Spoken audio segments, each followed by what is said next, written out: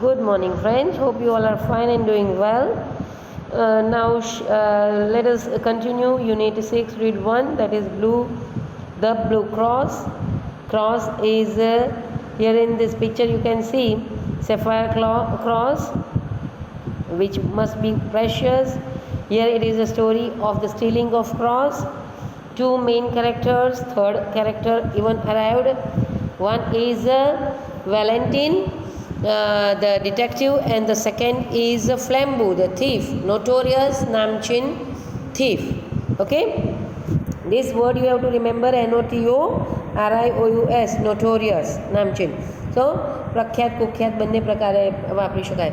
તો તે લોકોની વાતો છે. અને third character, here the third character arrived yesterday, I mean in previous session, that is Father Brown.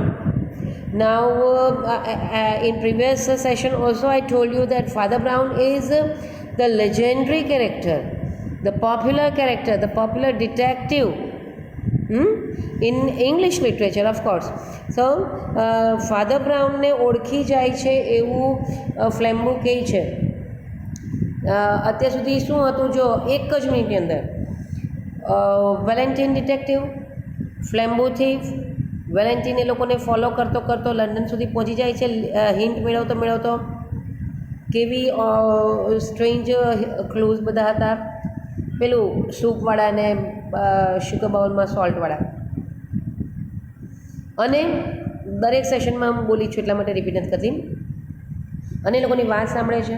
ફ્લેમ્બુ sapphire cross માંગે છે, ના પાડે છે જ્યારે ફાધર બ્રાઉન, આ બે અહીંયા પોલીસ જેવી પર્સનાલિટી છે એટલે he must be Valentine.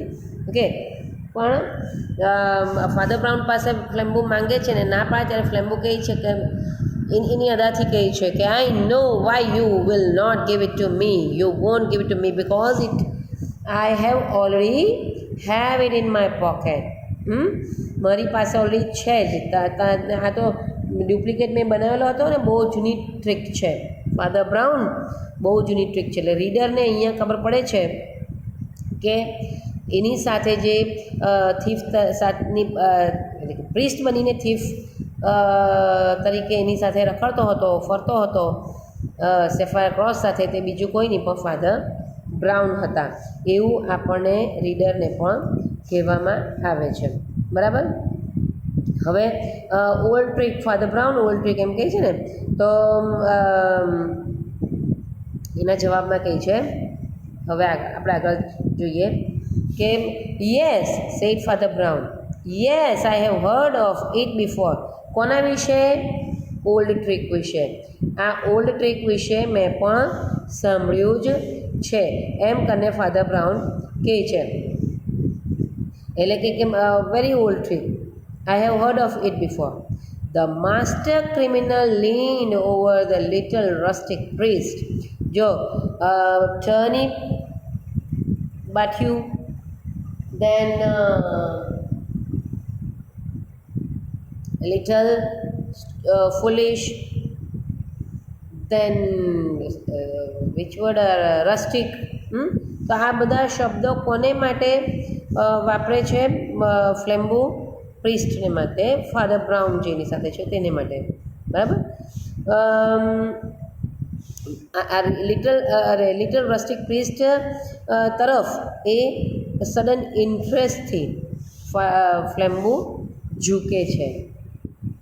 You have heard of it? He asked. Where have you heard of it? તે સાંભળેલું? તે ક્યાં સાંભળેલું? Well, I must not tell you his name of course, said the little man simply. હું એનું નામ તો નહીં કહી શકું. લિટલ મેન એટલે કોણ? ફાધર બ્રાઉન કહે છે. પણ શું કહે છે? He was a person who had come for confession, you know. He had lived prosperously for about 20 years entirely on duplicate brown paper parcel. And so, you see, that's how I began to suspect you. જોજો અહીંયા છે ને, ગઈકાલ એટલે previous સેશનમાં I already told you, અને at that time also I told you to repeat it, revise, I mean ફરીથી હું તમને કહીશ, એવું કીધું છે તું કહી રહેલી છું કે father brown, listen it please carefully, father brown છે ફ્લેમ્બુ સાથે સેફાયર ક્રોસ લઈને ફરતો હોય છે, જાણે ચોરી કરીને ફરતો હોય તેમ. એ ફાધર બ્રાઉન પોતે ફાધર હોવાને કારણે, પ્રીસ્ટ પાદરી હોવાને કારણે એમનો એક બીજો અનુભવ કહી છે કે બિંગ પ્રીસ્ટ, એની સામે ખ્રિશ્ચનોના ચર્ચમાં મધર મેરીની સામે કન્ફેશન બોક્સ હોય, ઇકરાર કરવાનું, કબૂલ કરવાનું એવું બોક્સ હોય કે જેમાં 2 હાથ જોડીને મધર મેરીની સામે પ્રે કરીને કહેવામાં આવે કે મારાથી આ ભૂલ થઈ ગઈ છે, મને માફ કર. તો એ માફી માંગવા માટે કન્ફેશન બોક્સમાં ઊભા રહીને બોલવાનું હોય. તો એ બોલે ને લોકો આવીને, જે પણ ક્રિમિનલ તે આવીને બોલતા અને ફાધર બ્રાઉન એ સાંભળતા. એટલે ફાધર બ્રાઉનની ક્રિમિનલ પીપલની ટ્રીક, એ લોકોની લાઈફસ્ટાઈલ, એ લોકોના ક્લોધિંગ, વેરિંગ, એ બધું જ ખબર હતી. આ કારણે કે ફાધર હતા ને લોકો આવીને બધા બોલી જતા. એટલે અહીંયા કહે છે કે પર્સન હુ કેમ ફોર અ કન્ફેશન કબૂલાત, બરાબર. તો કબૂલ કરવા માટે આવેલો હતો અને એ ડુપ્લિકેટ પેપર પાર્સલથી, હવે અહીંયા આપણે કીધું નથી, એ પણ ડુપ્લિકેટ કરન્સી હોય કે ડુપ્લિકેટ કંઈક વસ્તુ, પ્રેશિયસ જ્વેલ કંઈ હોય અને એને કોઈને આપીને પોતે પ્રેશિયસ લઈ, એ રીતે કંઈક ટૂંકમાં ડુપ્લિકેટ વસ્તુ બનાવીને એ 20 વર્ષ સુધી પ્રોસ્પરસલી જીવેલો હતો એ ક્રિમિનલ. અને એ પેલું કન્ફેશન બોક્સમાં આવીને બોલી ગયો છે, તો ફાધર બ્રાઉને સાંભળ્યું. Okay, and so you see that's how I began to suspect you. અને તમે જોયું, એટલા માટે મેં તમારા પર શંકા કરવાનું શરૂ કર્યું. સસ્પેક્ટ કરવું એટલે શું? શંકા કરવી. હવે એ બોલશે, આ કોણ બોલે છે હવે? ફ્લેમ્બુ. આ began to suspect me, repeated the outlaw sharply. Outlaw શબ્દ આ પ્લીઝ ધ્યાન રાખજો. આ પ્રકારના શબ્દો જે છે ને સવાલમાં આવે કે four whom the word outlaw is used here in this paragraph, અથવા તો પછી એમ કે which word is used for Flambeau in this paragraph, અથવા તો in this line, બરાબર. તો આઉટલો કાયદાનો ભંગ કરનાર હતો ને, એ ચોર હતો. એટલે એ આઉટલો શાર્પલી રિપીટ કરે છે.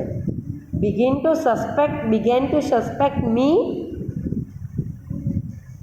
Did you really have a stomach to suspect me just because I brought you up to this field? અહીંયા I છે, હા, હું તને આ ફિલ્ડ સુધી લઈ આવ્યો એટલે તું મારા પર જ શક કરે છે. આગળ, No, said Father Brown. Said Brown as if he was sorry.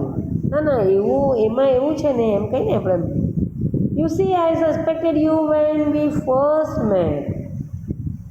It's that little bulge up the sleeve.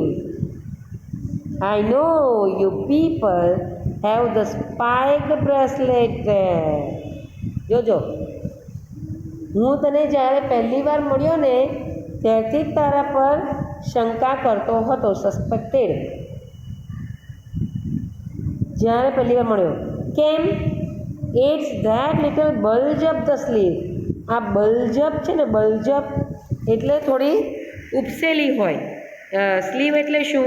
બાંય, એટલે બાજુબંધની જગ્યાએ, બરાબર. તો એ થોડી ઇન્ફ્લેટેડ પોર્શન, એમ એવો ઇંગ્લિશમાં શબ્દ આપણા ઇંગ્લિશમાં છે ગ્લોસરીમાં.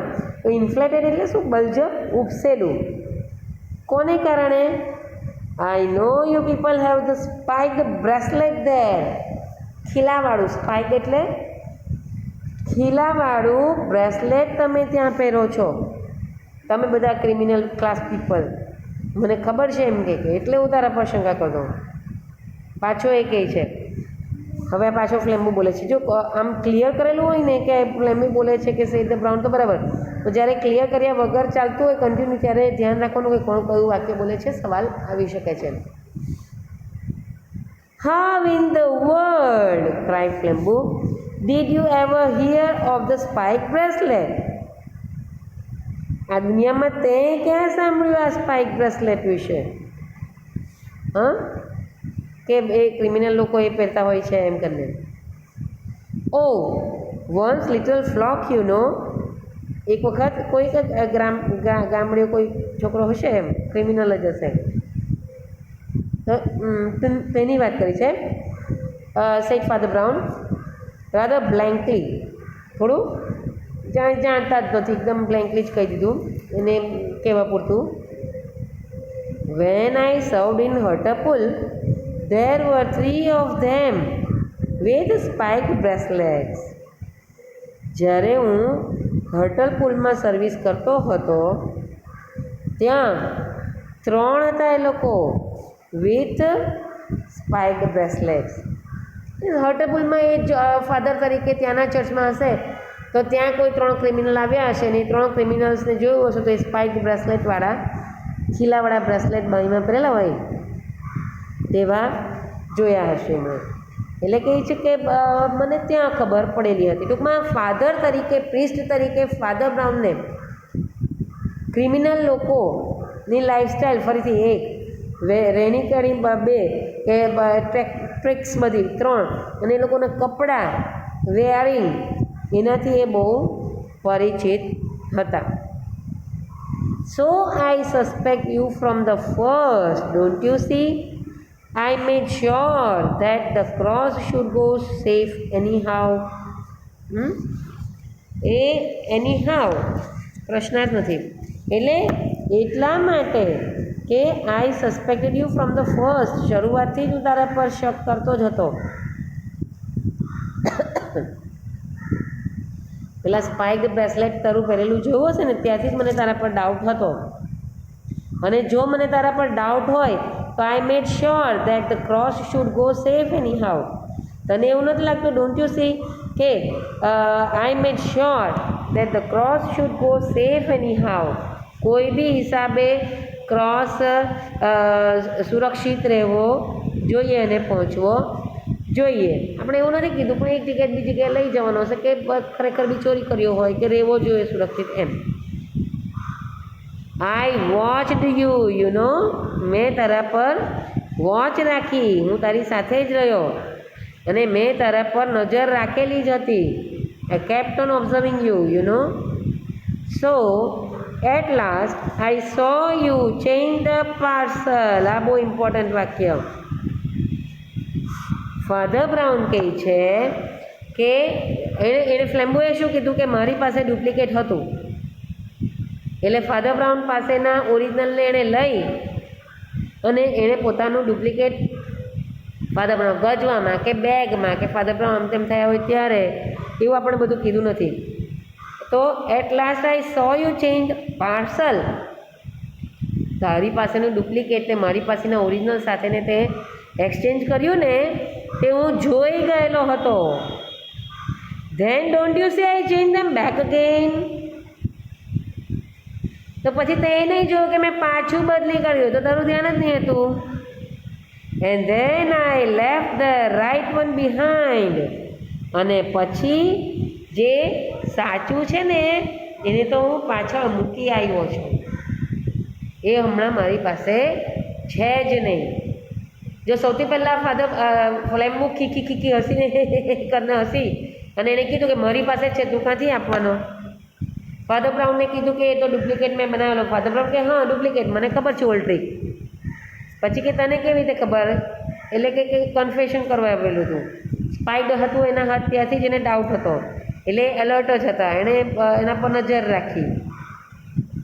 એટલે ફ્લેમ્બો પાસેનો ડુપ્લિકેટ જે ફાધર બ્રાઉન પાસેના ઓરિજિનલ સાથે ફ્લેમ્બોએ એક્સચેન્જ કર્યું તે ફાધર બ્રાઉને જોયું અને ફ્લેમ્બો પાછો આમ તેમ થયો ત્યારે પાછું ફાધર બ્રાઉને ઓરિજિનલ પોતાની પાસે લઈને ડુપ્લિકેટ ફ્લેમ્બોની બેગમાં કે ફ્લેમ્બો પાસે રખાવ્યું પોતે જાતે.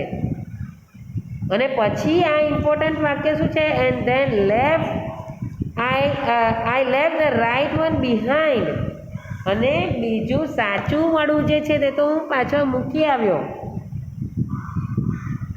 હવે આપણે અહીંયા અટકીએ છીએ, પણ એ ક્યાં મૂકી આવ્યો?